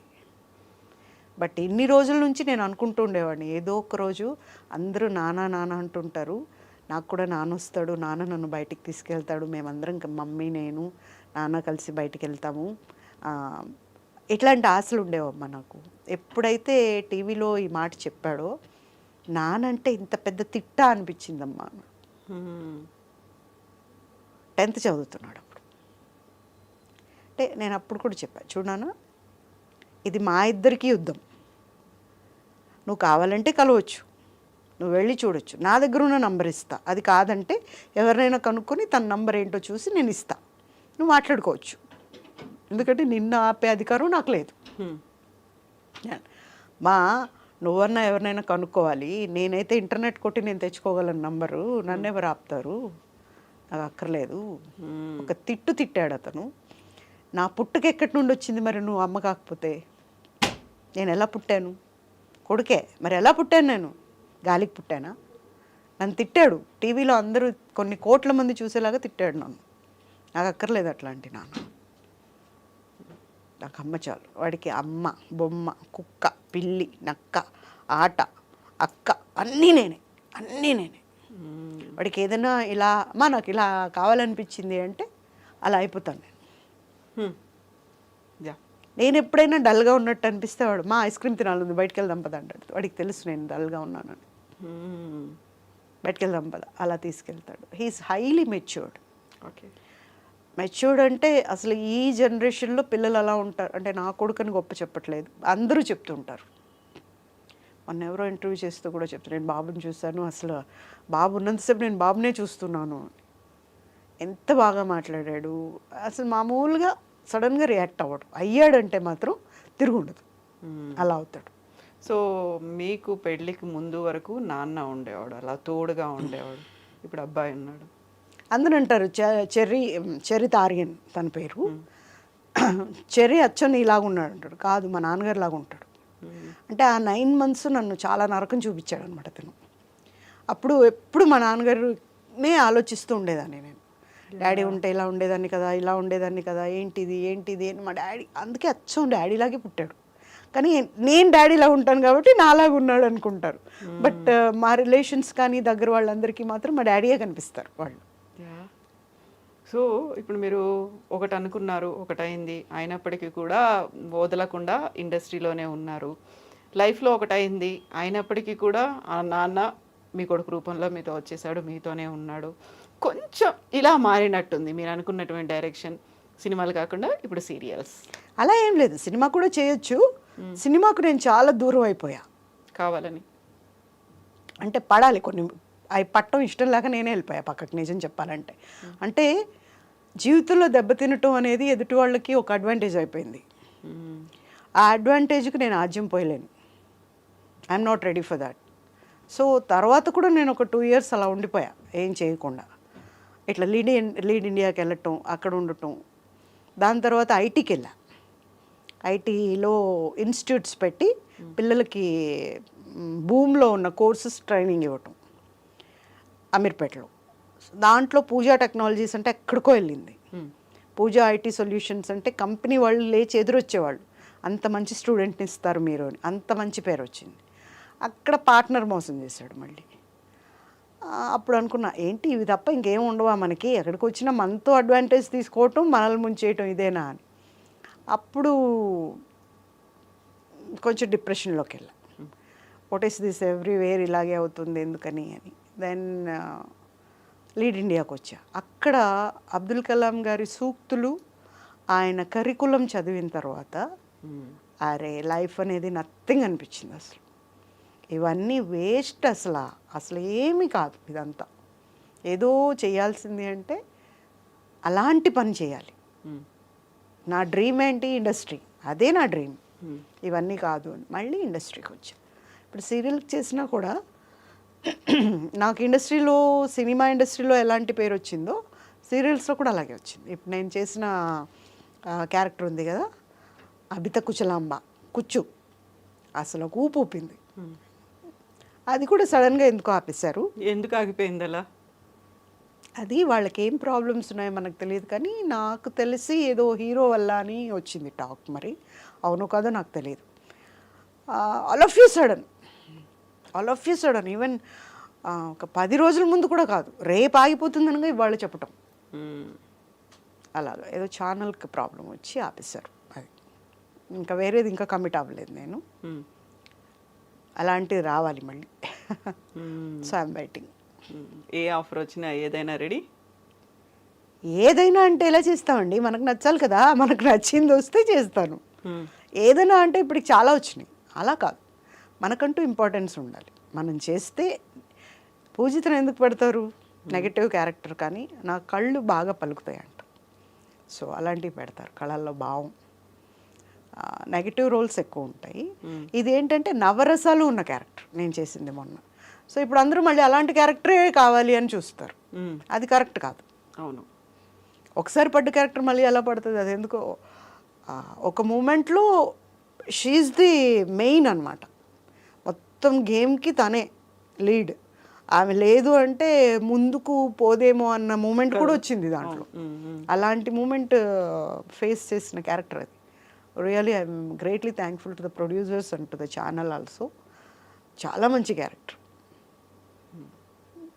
వస్తే మళ్ళీ అలాంటివి కాకపోయినా. బట్ అది అబ్రప్ట్గా అది కూడా ఆగిపోయింది. ఆగిపోయింది. సో ఇన్ని ఎదురు దెబ్బలు, ఇన్ని ఆటుపోట్లు, ఇవన్నీ ముందుకెళ్ళడానికి మొండి పట్టుదలతో పాటుగా ఒక ధైర్యం అనేది కూడా ఉండాలి కదా. ఆ ధైర్యాన్ని ఎవరిస్తున్నారు, ఎక్కడి నుంచి వస్తుంది ధైర్యం? ఫస్ట్ నుంచి కూడా చిన్నప్పటి నుంచి ధైర్యంగా ఉంటానండి నేను. ఒకరి ఇన్ఫ్లుయెన్సే లేదు నా మీద. ఏ డెసిషన్ తీసుకోవాలన్నా ధైర్యంగా తీసుకుంటాను, తప్పో ఒప్పో తీసుకోవటమే. ఎవ్వరు అనేది ఏమి ఉండదు. ఇప్పుడు బాబున్నాడు అన్న మాట తప్ప మామూలుగా నేను తీసుకున్న డెసిషన్స్ చెరికి కూడా తెలుసు. మీ అమ్మాయి ఇలా తీసుకుంది అని ఎవరైనా అన్నారు అనుకో, తీసుకుంది కదా, దాంట్లో కొత్త ఉంది, తీసుకుంటుంది అంటాడు. అంతే తప్ప ఎక్కడి నుంచి అబ్జెక్షన్ రాదు. అలాగే భయం అనేది నాకు చిన్నప్పటి నుండి లేదు. ఓకే, అంత దూరంలో ఉండుంటుందేమో నాకు. ఎంత నన్ను ఏదో చేస్తారు అన్న భయం మా అబ్బాయికి ఉంది, నాకు లేదు. ధైర్యంగానే ఉన్నాను. భక్తి ఎక్కువ, బాగా, చాలా. పూజలు నాన్నగారు నేర్పారు, బాగా చేస్తాం. పూజలు ఎక్కువ చేస్తాం, రోజు ఎవ్రీడే 2 hours చేస్తాను. మార్నింగ్ పూజ చేయకుండా బయటికి రాను. బాగా దండం పెట్టుకొని బాగా దేవుడిని, అందరూ బాగుండాలి. నమ్మకాలు కూడా ఎక్కువ? అంత లేదు, మరి పూజ చేస్తాను. నమ్మకం అంటే మనం చేసే పని గట్టిగా మనం చేసామంటే పని అవుతుంది, అంతే తప్ప పూజ వల్ల అవుతుందని. పూజ అనేది మనకు ఒక మనశ్శాంతి. ఆ మూమెంట్లో వేరే ఏ ఆలోచన రావు. ఒక భగవంతుడు కనిపిస్తూ ఉంటాడు, నీతో ఉన్న కాసేపు నేను హాయిగా ఉన్నాను అన్న ఫీలింగ్ ఉంటుంది. బయటికి రాగానే ఆలోచనలు వచ్చేస్తాయి. వంట చేయాలి, అది చేయాలి, ఈ పని చేయాలి, ఆ పని చేయాలి, బయటికి వెళ్ళాలి, ఇవన్నీ పనులు తర్వాత వస్తాయి. బట్ పూజ చేసేటప్పుడు మాత్రం దేవుడే కనిపిస్తాడు, ఇంకేం ఉండదు. కాకుండా మెళ్ళో ఒక నల్ల తాడు ఉంది, చేతికి కూడా ఎర్ర తాడు ఒకటి. ఇదేమో దిష్టి అంటండి, మా అక్కేసింది దిష్టి తగులుతుందని. ఇదేమో దేవుడిదండి. రెండు ఉన్నాయి అక్కడ, నల్లది ఒకటి ఉంది, ఇది లక్ష్మీదేవిదండి. ఒక వ్రతం చేస్తే కట్టారు. ఇదేమో ఇది చాలా మంచిదంట, వేసుకోవాలి అని చెప్పి ఒక స్వామీజీ వేశారు, అంతే. సో ఇప్పుడు మనం అన్ని ఆటుపోట్లు వీటన్నిటి గురించి మాట్లాడుకున్నప్పుడు మీకంటూ కొంతమంది ఫ్రెండ్స్ ఉంటారు, సర్కిల్ ఉంటుంది. పర్లేదు పూజ, మేము ఉన్నాము. ఎంతమంది ఉన్నారు అలా? ఎవరు లేరు. ఎవరు లేరా? ఇండస్ట్రీలో, పర్సనల్గా, ఫ్యామిలీలో? అక్క, తర్వాత అక్క పాప, డాక్టర్ పాప, తిరుపతిలో ఉంటుంది. My best friend I can say ఆ పాప. మీ కాంటెంపరీస్ కావచ్చు, మీతో పాటు సినిమాల్లో చేసిన వాళ్ళు కావచ్చు, ఎవరు లేరు. ఇండస్ట్రీ నుంచి ఎవరు లేరు. ఇప్పుడు సీరియల్స్ చేస్తున్నారు, ఎవరు లేరు. ఎందుకలా? పూజ వాళ్ళతో అందరితో కూడా నేను అందరితో మాట్లాడతాను, అందరితో హ్యాపీగా ఉంటాను. బట్ ఎవరు నాకు థిక్ అవ్వలేదు. అంటే నా మెంటాలిటీ వాళ్ళకి కరెక్ట్ కాదు. ఎందుకంటే మొహాన్ని చెప్తాను కదా, అది కరెక్ట్ కాదు వాళ్ళకి. బట్ నేనేం చెప్తాను, ఇప్పుడు మేకప్ టిప్స్ ఉంటాయి ఇప్పుడు వచ్చిన వాళ్ళకి. పూసేస్తుంటారు టపా టపా టపా అని. మేకప్ చేసుకునేటప్పుడు కటింగ్స్ ఉంటాయి ఒరిజినల్గా. ఆ కటింగ్ చేస్తేనే మనకు ఒక ఫేస్ వస్తుంది. అది ఒరిజినల్గా మనకు ఇండస్ట్రీకి కావాల్సిన ఫేస్ అది. ఇప్పుడు అలా ఉండదు, పూసేస్తారు బాగా, పూసేసుకొని ఏమంటే తగిలిచ్చేసుకొని వస్తుంటారు. అప్పుడు నాకేం కనిపిస్తుంది, ఆ కటింగ్ లేనిది కనిపిస్తూ ఉంటుంది చూడంగానే. ఈ కటింగ్ పోతే ఈ అమ్మాయికి ఇది తగ్గుతుంది, ఈ కళ్ళు లోపలికి వెళ్ళిపోయినాయి, ఇక్కడ డెప్త్ పెంచాలి, ఇలాంటివన్నీ నాకు అవసరమా? నేను చెప్తా, అమ్మ అది పెంచుకో బాగుండదు, లేకపోతే నీకు అలాంటివి చెప్పినవే వాళ్ళకి వచ్చి ఉంటాయి ఆల్రెడీ. ఈ కళ్ళు ఏంటి అలా ఉన్నాయి, నీకు ఏంటి ఇలా ఉన్నాయని. బట్ ఆ చెప్పటం అనేది వాళ్ళకి బాధ అనిపిస్తుంది. నేను ఇంకా టిప్స్ కాదు, నా దగ్గర ఏమైనా ఉంటే అది కూడా ఇస్తా, ఐటమ్ ఇది రాసుకో, ఇది బాగుంటుంది, దీనివల్ల రాదు అని. నేనేం డబ్బులు తీసుకోను, అలాగా ఇచ్చేస్తా. బట్ సెట్ అవ్వను. అన్నాను కదా, అనుకుంటూ ఉండలేను. నేను అనుకుంటా నాకు ఎందుకు వచ్చిన గోవాలా అని కూర్చోవచ్చు కదా నేను అని. మామూలుగా గేమ్ ఆడుకుంటూ ఉంటా ఎప్పుడు. నేను ఏం ఆడతారు? ఏం గేమ్? క్యాండీ క్రష్ ఆడుతుంటా. ఓకే, ఇంకా అక్కడే ఉన్నారా? ఇంకా మీరు ముందుకు వెళ్ళలేదు, క్యాండీ క్రష్ దగ్గర ఆగిపోయారు? అంటే ఆ ఒక గేమ్ ఆడేసరికి లేపుంటారు, ఇంకేం ఆడతాం వేరే గేమ్. షార్ట్ గ్యాప్, ఆ గ్యాప్లో ఒక్కటి కూడా ఫినిష్ అయి ఉండదు. ఓకే, ఇప్పుడు 32 yearsగా అశోక్ కుమార్ గారు తెలుసు, వాళ్ళ ఫ్యామిలీ కావచ్చు, వాళ్ళు ఫ్రెండ్సా పరిచయమా ఏంటది? ఇండస్ట్రీకి వచ్చినప్పుడు కో ఆర్టిస్ట్గా తెలుసు. తర్వాత మేము కళంకిత అనే దాంట్లో నేను అశోక్ చేశాము. నేను హీరోయిన్, తను ప్రొడ్యూసర్. దాంట్లో ఆ జర్నీ ఎక్కువ ఉన్నింది. తర్వాత కూడా ఈరోజు కూడా నా ఆప్యాయంగా ఎరా పూజీ, నా డార్లింగ్, నా బుజ్జి ఇట్లా పిలుస్తాడు తను. సో దాంట్లో ఎవరైనా వీళ్ళు ఏంటి డార్లింగ్ అన్నాడే అన్న ఆలోచన ఎవరికైనా వస్తుందేమో, కానీ అదొక ఆత్మీయత అంతే. నాన్నలేరు కదా, సో నాన్నలాగా పిలిచేవాళ్ళు ఉన్నారు అని. బట్ నీకేం జరిగినా నేను ఉంటాను అట్లా కాదు. ఫ్రెండ్ ఎవరు లేరు, నాకు నేనే ఉన్నాను. మీ చెర్రీ ఉన్నాడు ఇప్పుడు? చెర్రీ ఉన్నాడు, చెర్రీని కూడా ఇన్వాల్వ్ చేయను ఎప్పుడు. నేను ఒకటే చెప్తా, చూడు నిన్ను చదివించడం వరకు నా బాధ్యత, నీకు ఉద్యోగం రావటం అనేది నీ బాధ్యత. అంటే నువ్వు పర్సంటేజ్ ఎక్కువ తెచ్చుకుంటే నువ్వు అడగకుండానే నీకు ఉద్యోగం వస్తుంది. ఇప్పుడు మనకున్న ఆస్తి అంతా పోయింది, ఒకరి ద్వారా వెళ్ళిపోయింది, అది నీకు తెలుసు, అంతా తెలుసు. అది వస్తుందా రాదా అనేది దేవుడికి తెలుసు. అది రావాలి అనేది మన ఆశ. రాలేదనుకో, నీ చదువే నీకు ఆస్తి, అది తెచ్చిపెడుతుంది. ఇదే కావాలను అలాగే ఉంటాడండి. అది కావాలి, ఇది కావాలి అని ఉండడు. నాకు ఇది ఉంది, నాకు ఇది వస్తుంది అని ఉండడు. ఓకే, ఏముందో దాంట్లో ఉంటాడు, చక్కగా ఉంటాడు. తను కూడా తన లైఫ్ స్టైల్ బాగా పెట్టుకున్నాడు, ఇలా ఉండాలి నేను, ఇంతే, ఈ లిమిట్స్ దాటకూడదు, అలా ఉంటాడు. సో ఒక పెద్ద ఎసెట్ నాకు. నేను ఎప్పుడు దేవుడి ముందు కూర్చొని మామూలుగా వినాయకుడిని బాగా తిడతాను. నేను మాట్లాడతారా అని అడగబోదన్నాను, మీరు తిడతానని చెప్తున్నారు. మీరు మాట్లాడతారంటే వంట చేసేటప్పుడు అప్పుడంతా చెప్తూ ఉంటాను, అన్ని దేవుళ్ళతోనే మాట్లాడుతుంటా, మా డాడీతో మాట్లాడుతుంటా, వినాయకుడిని తిడుతుంటా. ఎప్పుడైనా బాగా లడ్డూలు పెట్టినప్పుడు మాత్రం బాగా నవ్వుతూ ఉంటావు, లడ్డూలు పెట్టిన రోజు ఇలా పెట్టుకొని చూస్తావు, ఏం చేస్తున్నావు అసలు, ఒక్కటన్నా పనికొచ్చే పని చేస్తావు, ఒక్కటి చెయ్యవు, ఏది అడుగుతానో అది చేసావా అసలు నువ్వు అని ఇలా తిడుతూ ఉంటా. నేను వచ్చానంటే వాళ్ళు ఎలా ఉంది, మూడు బాగానే ఉందా అని చూస్తుంటాడు ఆయన. తిట్లు పడతాయా లేకపోతే లడ్డు పెడుతుందా అని. Okay okay. సో అలా. ఈరోజు ఎలా ఉంది మూడు? బాగుందండి, చాలా బాగుంది కదా. ఇవాళ ఇంటర్వ్యూకి వస్తున్నాను అన్నప్పుడు నిజం చెప్పాలంటే నేను చాలా నెలలు అయిపోయింది ఇంటర్వ్యూలు మానేసి. ఎందుకు అంటే కెలుక్కుంటూ ఉన్నట్టు అనిపిస్తుంది. వదిలేసాం మనకెందుకు అన్నప్పుడు మళ్ళీ దాన్ని అడుగుతాం, దాన్ని చెప్తాం. మనం తప్పు చేసాం, తప్పు కనిపిస్తుంది, నేను తప్పే చేయలేదు అని చెప్పుకోవాలనుకున్న దాన్ని తప్పు చేశాను అని చెప్పుకోవాల్సి వస్తుంది. సో ఎందుకు ఇవన్నీ అన్న దీంట్లో అనిపించింది. బట్ చాలా రోజుల తర్వాత సరే అందరిని ఒకసారి పలకరిద్దాం. మామూలుగా వ్యూయర్స్ కానీ ఆడియన్స్ కానీ ఒకటి ఎక్స్పెక్ట్ చేస్తూ ఉంటారు, నేను వచ్చానంటే ఒక నిజంతో వస్తాను, అబద్ధం చెప్పను అని. వాళ్ళు నాకు ఇచ్చిన వరం అది. వాళ్ళని పుస్తక గారు మాట్లాడుతున్నారంటే ఏదో పట్టుకొచ్చారు, నిజం ఉంటుంది, చెప్పండి చెప్పండి అని కింద ఉంటాయి కామెంట్స్. అయితే ఇప్పుడు మనం కెలుక్కోలేదు, ఊరికెలా రబ్ చేసినట్టున్నాం. In the sense what I mean to say is, ఒక డైరీలో కొన్ని పేజీలు తీసేయాలి, కానీ డైరీలో అది కనిపిస్తుంది, పేజీలు తీసేసినట్టుగా కనిపిస్తుంది కదా.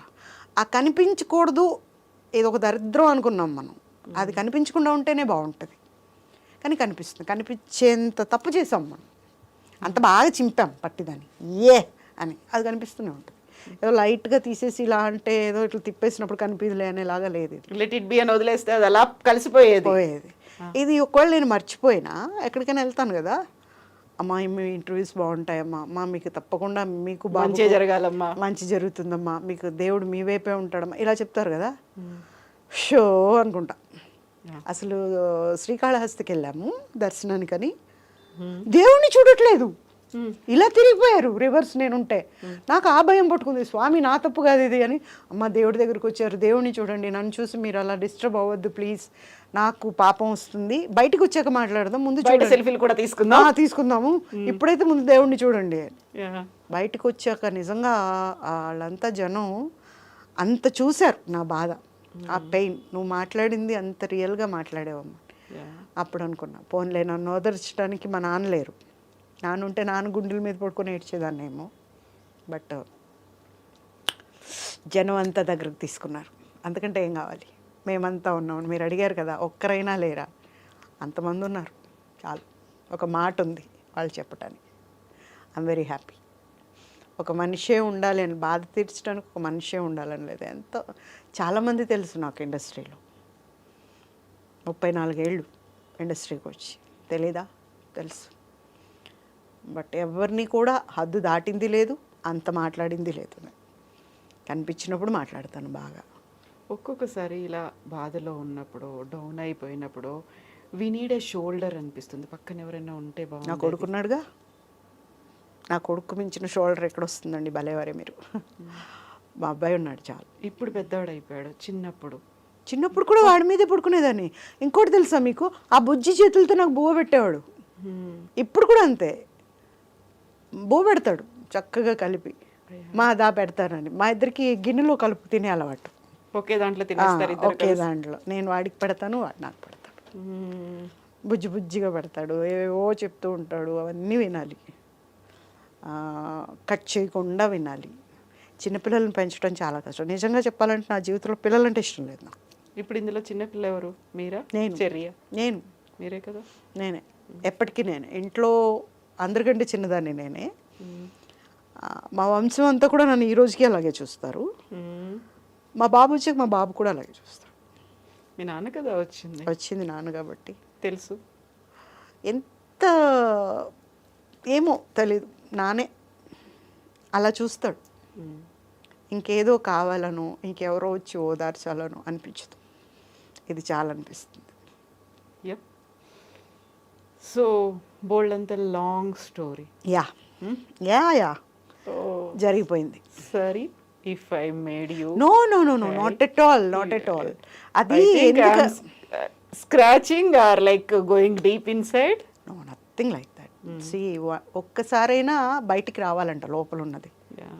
ఆ బయటికి వచ్చేస్తే మళ్ళీ ఒక 2 ఏళ్ళకి హాయిగా ఉంటుంది, నిండిపోయి ఉంటుంది కదా, ఎక్కడ చెప్పుకోవటానికి ఫ్లష్ అవుట్ చేసేసుకుంటూ ఉండాలి. ఎవరితో ఈ టాపిక్ మాట్లాడడం, ఎవరితో మాట్లాడడం, ఎవరు నన్ను మాట్లాడరు, ఎందుకంటే హర్ట్ చేస్తామేమో అన్న భయం వాళ్ళకు ఉంటుంది.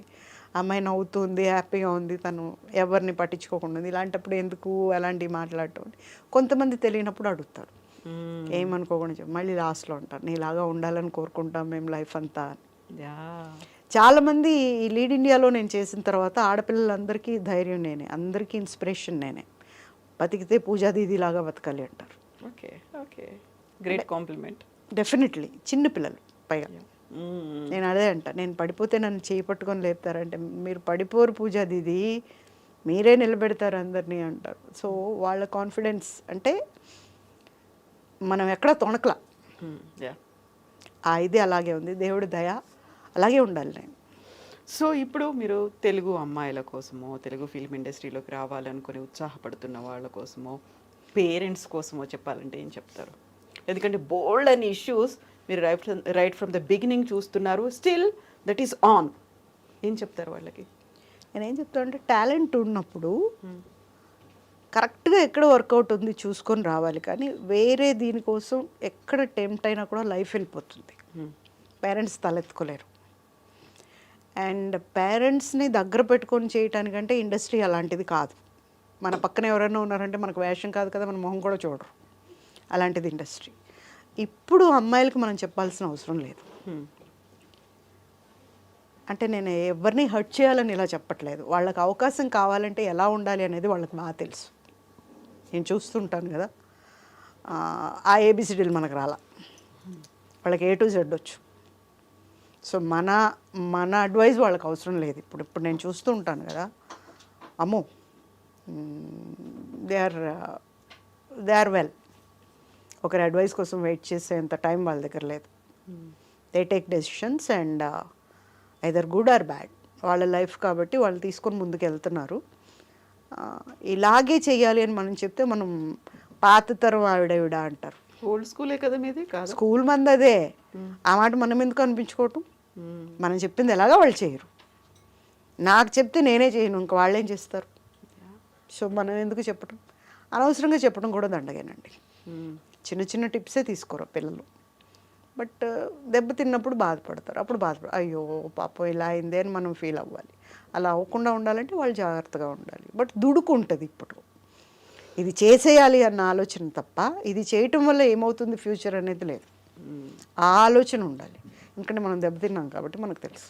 సో ఇప్పుడు మీరు ఈ ఇండస్ట్రీలోకి వచ్చి 30 ఇయర్స్ జర్నీలో మీరు ఫేస్ చేసినటువంటి బ్యాడ్ ఇన్సిడెంట్స్, ఎక్స్పీరియన్సెస్ అవి ఇప్పటికి తగ్గాయా, పెరిగాయా? I'm not asking about you, ఓవరాల్గా ఇండస్ట్రీలో అలాంటిది తగ్గిందంటారా, పెరిగిందంటారా, ఎలా ఉందంటారు? నేను వినేదాన్ని బట్టి పెరిగిందనే అనుకుంటున్నాను. వింటూ ఉంటాం కదా, విన్నదాన్ని బట్టి అవునా ఇంకా ఇలా ఉందా అనుకుంటాం. కానీ బయటికి కనిపించకుండా, అంటే ఇప్పుడు నేను చెప్పేది అదే, ఓపెన్ అవ్వాలి ఎప్పుడు కూడా. ఇప్పుడు నాకు ఒకటి జరిగిందండి, నేను ఓపెన్ అయ్యాను అనుకోండి, ఇంకొకళ్ళకి జరగదు. ఇండస్ట్రీ అయితే ఏమైంది ఇది అని. ఇప్పుడు ఒకసారి చెన్నైలో వరలక్ష్మి ఎంత ఓపెన్గా చెప్పింది, తనకి ఇబ్బంది వచ్చింది అని. అలా చెప్పుకోవాలి ఇబ్బంది వస్తే. వాళ్ళకి అసోసియేషన్స్ ఉంటాయి, అక్కడ హెడ్స్ ఉంటారు. డెఫినెట్గా మంచి జరుగుతుంది. ఇప్పుడైతే నేను కూడా ఉన్నాను మాలో, రైట్ ప్యానల్లో నేను కూడా. మాకు ఇంతవరకు ఏది రాలేదు అలాగా. బట్ ఎవరికైనా వచ్చినా కూడా ఓపెన్ అవ్వండి. నోరు తెరిస్తేనే కదా తెలిసేది. అమ్మకైనా ఆకలి అంటేనే కదా తెలిసేది. నోరు తెరవకుండా నాకు ఆకలిస్తే నువ్వు అన్నం పెట్టలేదంటే అదేం పని? కరెక్ట్ కాదు. మనం చెప్తేనే తెలుస్తుంది. ఆ తెలియటం అనేది, నా గురించి అభియోగం అనుకోండి, నేను ఎలాంటి దాన్ని అనేది తెలుస్తుంది జనాలకి. ఇంకొకళ్ళు జాగ్రత్త పడతారు, అమ్మో దగ్గర కూడా వెళ్ళకూడదు అనుకుంటారు. సో అలాంటి అవకాశం మనమే ఇవ్వాలి. నాకు జరిగింది ఎందుకు, ఇక్కడ వినాయకుడి బొడ్డులో వేలు పెట్టడం కాదు, జనానికి మంచి జరగాలి అనుకోవటం చూసుకోవాలి. నాకు కుట్టింది కాబట్టి ఎన్ని కుట్టాలి అనేది అది స్వార్థం. ఇది అలా కాదు, అందరికీ జరగాలి, అందరికీ తెలియాలి ఇలాంటిది అనేది మంచి పని. సో పూజిత గారి గురించి మనం బోల్డ్ విషయాలు మాట్లాడుకున్న తర్వాత పర్సనల్ విషయం ఒకటి మాట్లాడుకోవాలి. ఇంకేం పర్సనల్ అండి బాబు, అడిగేశారుగా. ఇప్పుడు మా స్టూడియోలో ఇక్కడ మేము మాట్లాడుకుంటున్నప్పుడు మా ప్రోగ్రామ్ ప్రొడ్యూసర్ ఒక మాట అన్నారు, పూజిత గారి ఏజ్ ఎంత, ఏం తింటారు, అసలు అక్కడే ఆగిపోయారు.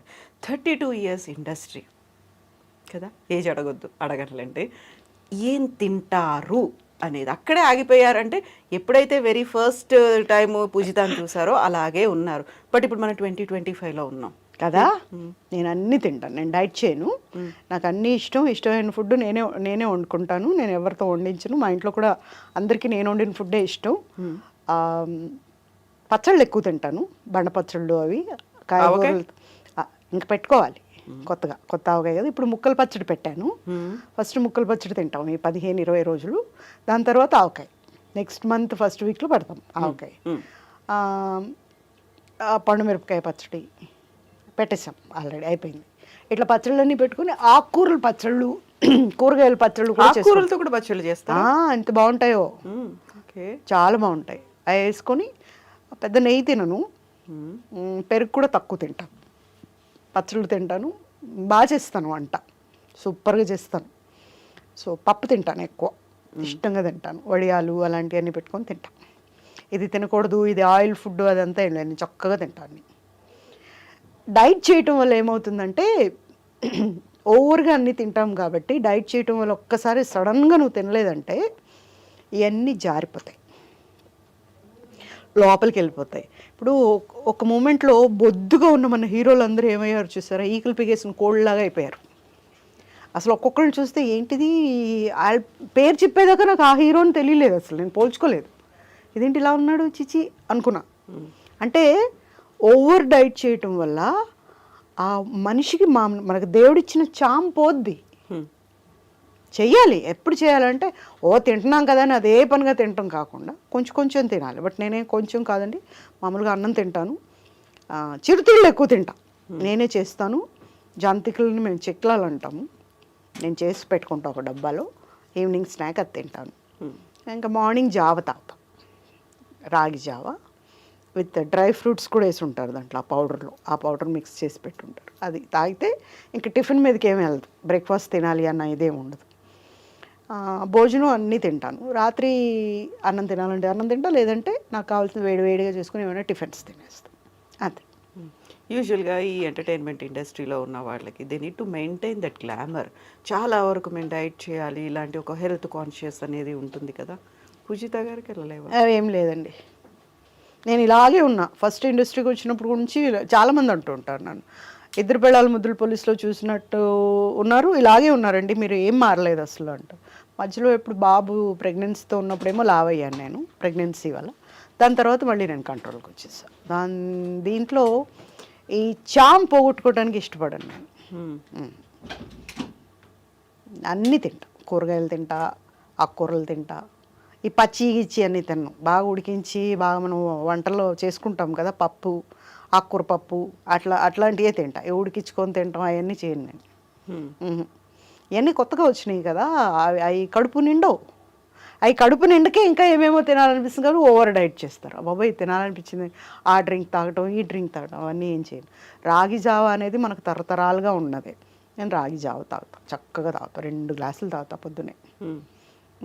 మళ్ళీ రాగి ముద్ద తింటా, శని ఆదివారాలు రాగి ముద్ద, సండే స్పెషల్తో ఒక టైపు, వెజిటేరియన్ దీంతో సాటర్డే స్పెషల్తో ఒక టైపు తింటా, చక్కగా తింటాను.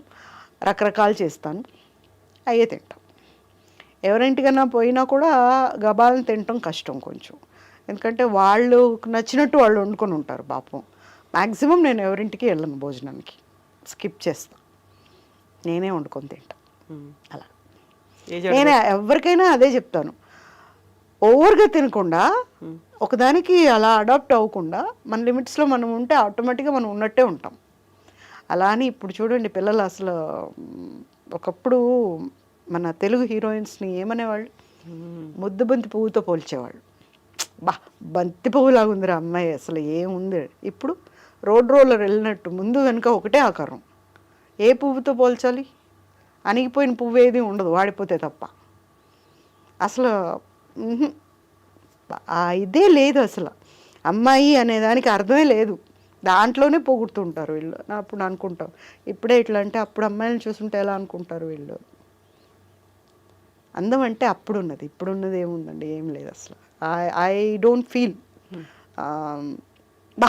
స్టన్నింగ్ అసలు అనేలాగా అనిపించలేదు.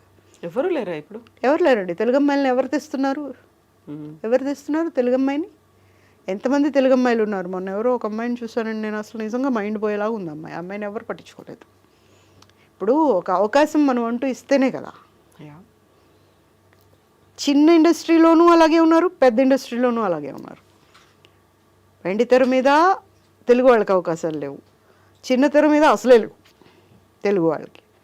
సో ఏమో ఇది ఏం గ్లామరో నాకు తెలియదు. మీ ఏజ్ ఎంత? నేను చెప్పనమ్మా, మీకు ఎలా అనిపిస్తుంది చెప్పండి. కాకుండా మీరు చెప్పారు 32 years మాత్రం ఇండస్ట్రీ అని అన్నారు కాబట్టి కదా, 32 years అనుకోండి. అడిగారు చెప్పానే లేదా, మాకు పరిచయం అయినప్పటి నుంచి పూజిత గారు అలాగే ఉన్నారు. 32 years పరిచయం, 32 ఓకే ఓకే. ప్రతి ఒక్కళ్ళు అలాగే ఉండాలి. ఏ ఫీల్డ్కి వచ్చి ఎన్నేళ్ళు ఏంటంటే అదే మీ ఏజ్.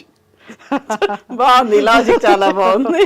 మాకు ఎప్పటి నుంచి పరిచయం అంతే, అదే ఏజ్ అనుకోండి. అందుకే అలాగే ఉన్నాను. ఎస్, ఎప్పటికీ ఇలాగే ఉండండి. Thank you so much. Good wish. మీరు చెర్రీకి best wishes. Thank you. Thank you so much. వినాయకుడు మీతో అలాగే మాట్లాడుతూ ఉండాలి, మీ కోపతాపాలని అన్నిటినీ ఆయన స్వీకరిస్తూనే భరిస్తూనే మీకు అండగా ఉండాలి. Thank you thank you so much. నమస్తే. Thank you.